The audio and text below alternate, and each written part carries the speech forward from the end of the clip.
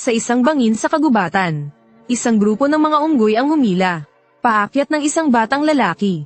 Pag-akyat sa lupa, nakita ang bata na nagpupumiglas.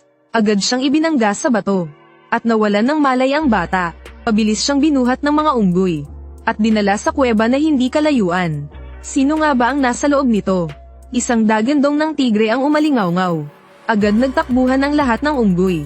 Bahagyang niselayan ng bata ang dalawang mabangis na hayop, bago muling nawalan ng malay. Alam mo ba kung gaano karaming gulo ang dinala mo sa kawan ng lobo? Sobrang-sobra na. Pagkasabi noon, inunat ng tigre ang mga kuko. Galit na hiniwa ang braso ng bata, mula taas pababa, kahit ako'y nalilito sa sobrang kalupitan. Habang papalapit na lumunin ng tigre ang bata, biglang may dumating mula sa itaas. Nagulat ang lahat. Pagtingin nila, mga hayop din mula sa gubat. Dalawang mabangis na nilalang. Nakita ng oso ang batang sugatan. At alam niyang gawa iyon ng tigre. Kaya napuno siya ng galit. Isang unggoy ang naglakas loob na sumalakay. Ngunit nilapa agad ng itim na leopardo at itinapon. Agad pumasok sa mode ng labanan ang dalawa. Sumugod ang buong grupo ng unggoy laban sa kanila.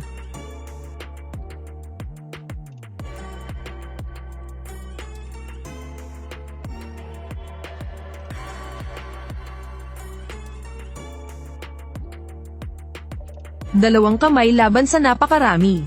Madali silang natalo. Unti-unting lumapit ang tigre sa bata, ngunit biglang pumasok ang isang malaking sawa.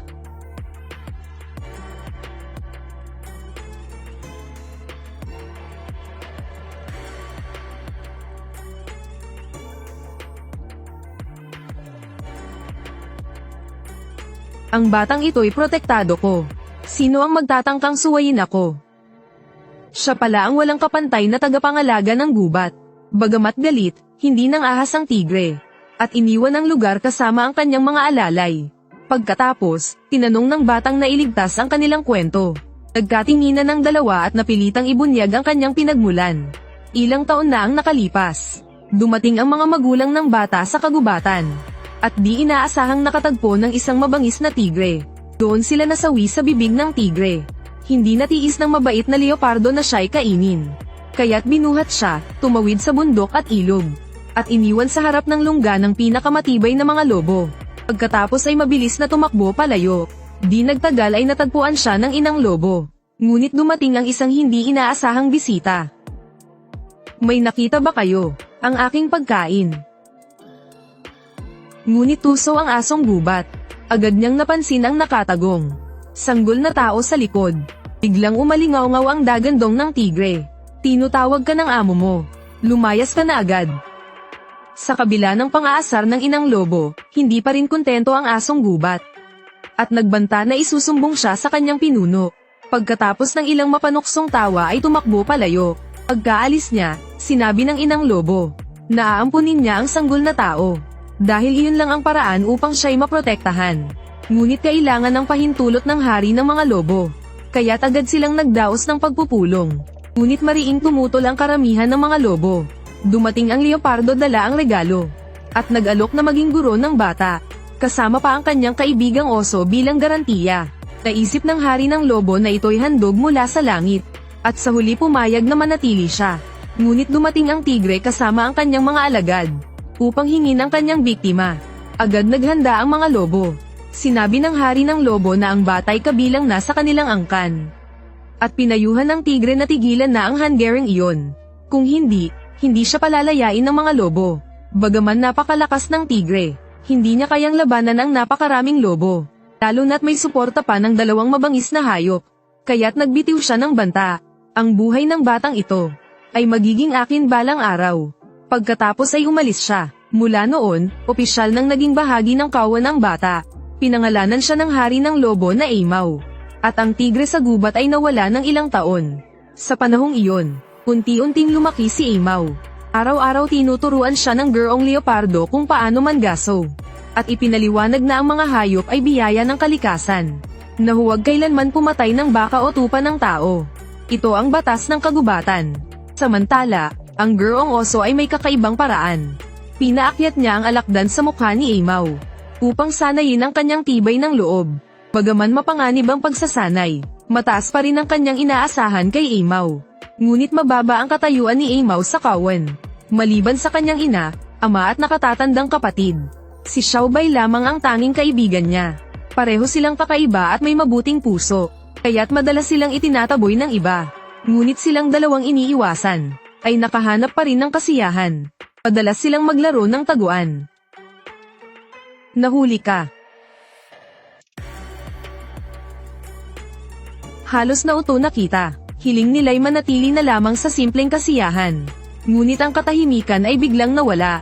Isang araw, tulad ng dati, pumunta si Aimaw sa sapa upang maglaro mag-isa. Naakit siya sa ganda ng tanawin sa ilalim ng tubig. Ngunit biglang nagtakbuhan ang mga isda. Nang tumingin siya paitaas mula sa ilalim, bumalik ang matagal nang nawalang tigre. Agad na mula ang malinaw na tubig sa dugo. Isang mabuhok na higanteng kamay ang lumitaw mula sa dilim. Natigilan ang bata sa takot at hindi makagalaw. Sino kaya ang nilalang na ito? Tumingin siya sa kabila ng dilim. Ako ang pinuno rito.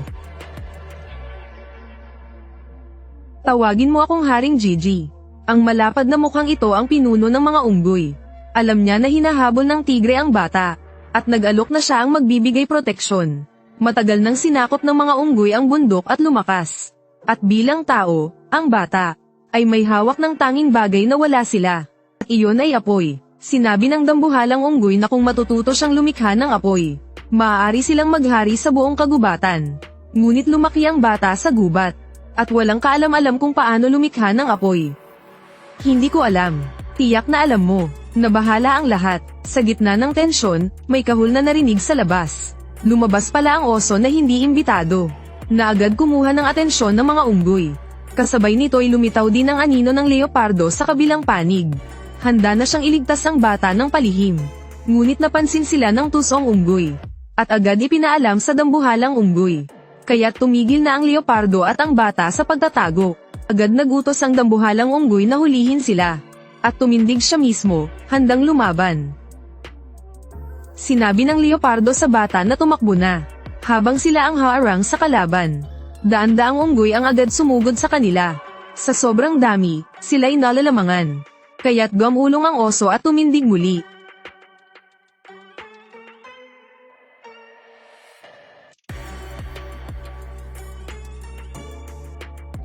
Upang gamitin ang kanyang tapang upang takutin ang mga unggoy. Ngunit mula sa unahan at likuran ay may nag-aabang. At lumabas na rin ang dambuhalang unggoy. Ang napakalaking katawan niya ay parang matabang acrobat. Malaki ngunit mabilis at maliksi. Ni hindi pa nakakatakbo ang bata, nauna na siyang hamarang sa lagusan. Sinabi ng bata na hindi siya patatawarin ng hari ng lobo. Ngunit sinabi ng dambuhalang unggoy na pinatay na ng tigre ang hari ng lobo. Pagkasabi noon ay agad siyang sumugod. Ginamit ng bata ang kalamangan ng kanyang maliit na katawan. Mabilis na umakyat sa bubungan. At nagtago sa likod ng isang haligi. Nahuli na kita. Binangga ng dambuhalang unggoy ang haligi at tuloy-tuloy ang habol. Kahit magtangkang tumakas, di ka makakaligtas. Lumundag palabas ng bintana ang bata. Ngunit hindi sinwerte ang dambuhalang unggoy. Dahil lahat ng haligi nabasag sa kanyang bangga. Nagsimulang gumuho ang palasyo. Huli na nang maramdaman niya ang panganib. Narinig ng mga unggoy ang malakas na tunog at sumilip. At nakita ang dambuhalang unggoy na nadaganan ng guho. Wala na silang gana lumaban. Lahat sila'y nagmadali upang iligtas ang hari ng unggoy.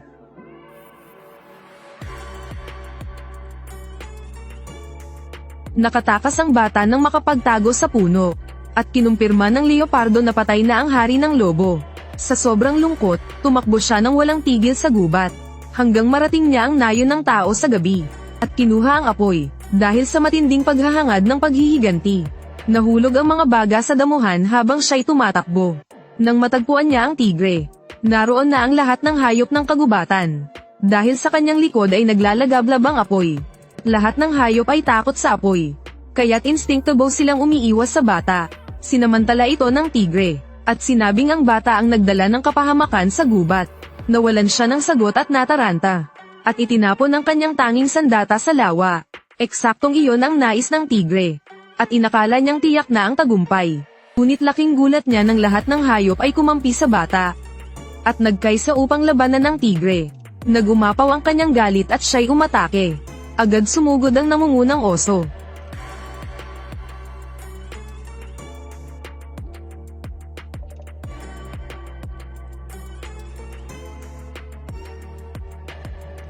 Ngunit bilang hari ng mga hayop ang tigre, hindi gawa-gawa ang kanyang lakas.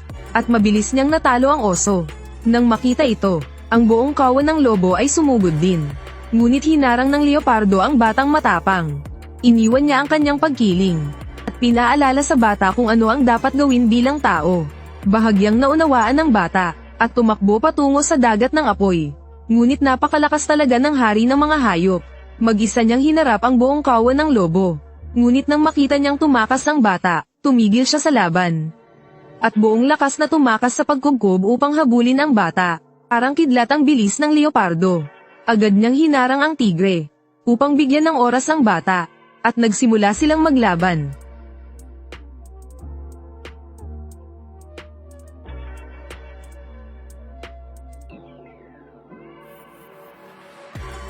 Panahon na para tapusin ang ating alitan. Ada, sa oras ng panganib, sumugod muli ang mga lobo at iniligtas ang leopardo. Ngunit sa paulit-ulit na labanan, napagod ang tigre. At unti-unting nadidiin. Kinagat siya ng mga lobo hanggang sa magdanas ng matinding sakit. Sa sandaling iyon ginamit niya ang galaw na pakpak ng agila. At winasiwas palayo ang lahat ng lobo upang sumugod diretso. Nagbalak siyang abutan ng bata at patayin ito. Ngunit ang bata ay nasa ibabaw na ng puno sa apoy. Natila handa na. Nang makalapit ang tigre matapos ang matinding pagsusumikap, napagtanto niyang napakapanganib ng lugar. At matapos pa ulit-ulit na atakihin ng bata, hindi na niya nakayanan. At nawalan ng kontrol, sumugod siya. Ngunit umiwas ang bata sa gilid. At tumalon patungo sa nakaabang na tuod. Habang bumigay ang sanga, tumalon ang tigre patungo sa puno. Sa kasamaang palad, nadulas ang tuso niyang paa. At ang dating hari ng kabundukan ay nahulog sa apoy. Sa talino ng tao, napatay siya ng bata. Pagbaba niya sa lupa, biglang lumiwanag ang kanyang paningin. Lumabas ang kawan ng mga elepante na minsang tinulungan niya. Sabay-sabay nilang inilipat ang agos ng ilog gamit ang bato at puno. At damaloy ang tubig sa buong kagubatan upang apulahin ang apoy.